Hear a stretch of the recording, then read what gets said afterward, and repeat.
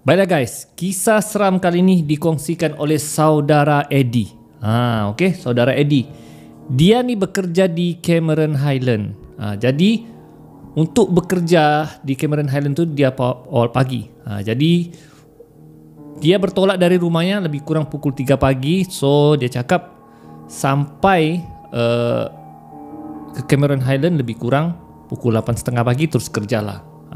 Jadi diceritakan ketika dia dalam perjalanan menuju ke tempat kerjanya di Cameron Highland jam 3 pagi, tiba-tiba perut dia memulas guys. Mau terberak. Okey, mau terberak. Tapi dia rasa dia masih boleh tahan. Dia cakap, masih boleh tahan ni.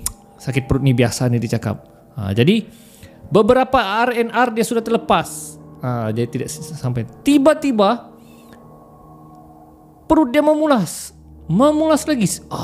Dia cakap sampai yang kata orang di hujung-hujung sudah. Sampai bulu romanya kembang. Kalau kau sudah memandu kereta sampai bulu roma kembang sudah, memang hujung-hujung sudah tu guys. Jadi R&R masih jauh. Sukarlah dia untuk tunggu R&R yang seterusnya. Jadi dia cadang untuk cari surau atau masjid. Ujung-ujung mau berak sudah, mau terberak sudah. Begitulah ya. Jadi dia cari masjid. Akhirnya jumpa satu surau kampung. Jadi dia nekat lah, di sinilah. Tak tahan sudah nih, mau terberak sudah. Di sinilah aku mau berak. Dia cakap, surau kampung pun surau lah. Jadi dia pun parking dan pergi ke surau tu. Surau tu surau kayu. Tandas pun di luar. Dia tak peduli sudah, seram belakang cerita. Yang penting melabur dulu. Jadi dia pun masuk dalam tandas. Masuk, melaburlah. Tiba-tiba ketika dia sedang melabur, dia terdengar bunyi tapak kaki. Tap, tap di luar tandas. Dalam hati dia lega. Ada orang. Dia cakap, mungkin orang solat hajat kah, qiyam mulai kah kan? Legalah. Tak jugalah sendiri di surau ni. Tidak lama kemudian dia dengar bunyi orang macam menyapu.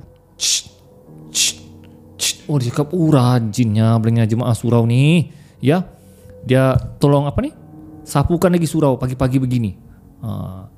Dan selepas orang tu sapu, dia dengar bunyi orang ambil wuduk. Dia cakap, bagus di surau ni, rajin. Dia ni tengah melabur ni, dia tengah berak di surau. Kemudian dia dengarlah suara orang tu solat di surau lah yang Bismillahirrahmanirrahim gitu kan. Dia cakap, lepas tu selesai dia melabur, dia cuci apa semua, dia pun keluar dari tandas dan dia cari tabung surau. Dia mau kasih masuk duit lah. Yalah, dia guna sudah air surau kan, sekurang-kurangnya kau bagilah duit, letak di tabung surau tu. Bila dia keluar, dia carilah. Biasanya tabung surau ni ada di tangga kan. Dia cek tangga, tak ada tabung surau. Jadi dia mau cari di dalam surau lah. Jadi bila dia mau cari, gelap. Surau tu terkunci. Cek, alamak, terkunci lah pula. Dia cakap kan, di mana tabung ni? Jadi dia cuba cari jemaah yang ambil wuduk tadi tu kan, yang tengah solat. Suara mengaji dia dengar. Tapi bila dia keliling cari orang di surau tu, guys, tidak ada orang di surau tu guys. Tapi suara mengaji tu ada. Dia cuba cari di mana suara mengaji tu. Dan bila dia cari, memang suara tu tidak ada. Dan dia baru sedar, kemungkinan yang dia dengar tu bukanlah manusia. So bulu roma dia sudah tidak rasa, tidak selesa. Jantung dia sudah mulai berdebar. Dia cakap, sudah ini mesti jin Islam. Ya. Jadi dia bukannya tidak berani, tapi guys, seram lah guys. Bila aku dengar suara begitu, suara mengaji, suara orang sembahyang, tapi bila aku cek di bagian surau tu memang tidak ada. Jadi dia takut dia bertembung dengan benda tu.